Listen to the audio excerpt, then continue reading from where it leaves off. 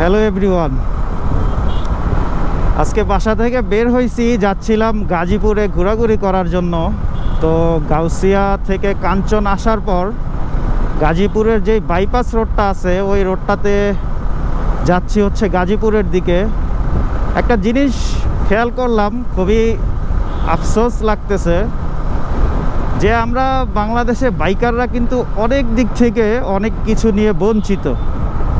যেমন ধরেন, আপনি একটা ভালো ব্র্যান্ডের যদি বাইক ইউজ করেন তাহলে বাংলাদেশে প্রশাসনের পুলিশ বা অন্যান্য যে কর্মকর্তারা আছে তাদের চোখে আপনি খুব রেড লাইন নিয়ে থাকবেন। একটা সিম্পল একটা বাইক ধরেন ডিসকভার, প্লাটিনা, এইসব বাইকের প্রতি পুলিশদের নজর থাকে না। নজর থাকে হচ্ছে বাংলাদেশে যে বাইকগুলোর প্রাইস ভালো, ওই বাইকের প্রতি পুলিশের যে নজরটা থাকে। তো এটা কেন? আপনাদের মধ্যে যদি যারা আমার ভিডিওটা দেখতেছেন তারা যদি আইনের লোক হন তাহলে এই প্রশ্নটার উত্তর আমাকে দিয়ে যাবেন।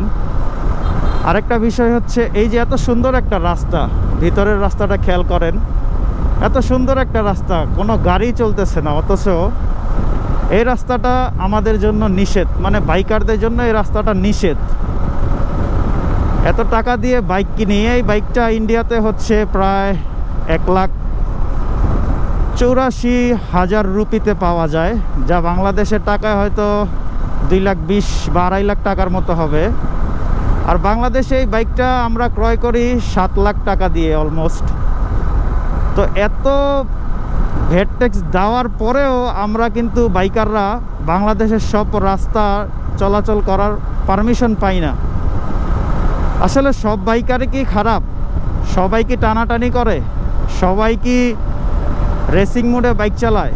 এই যে এত সুন্দর একটা রাস্তা আপনারা দেখতেছেন, ভিতরের রাস্তাটা, খুবই আফসোস লাগতেছে আমি ওই রাস্তাটায় উঠতে পারতেছি না। অথচ আমি বাংলাদেশেরই একটা নাগরিক, আমি বাংলাদেশের সরকারের আইন অনুযায়ী, সরকারের ভ্যাট ট্যাক্স অনুযায়ী আমি আমার বাইকটা 2,30,000 টাকার বাইক আমি 7 লাখ টাকা দিয়ে কিনছি ভ্যাট ট্যাক্স দিয়ে। অথচ আমার এই টাকা, ভ্যাট ট্যাক্সের টাকা দিয়ে নির্মিত এই রাস্তায় আমি উঠতে পারতেছি না।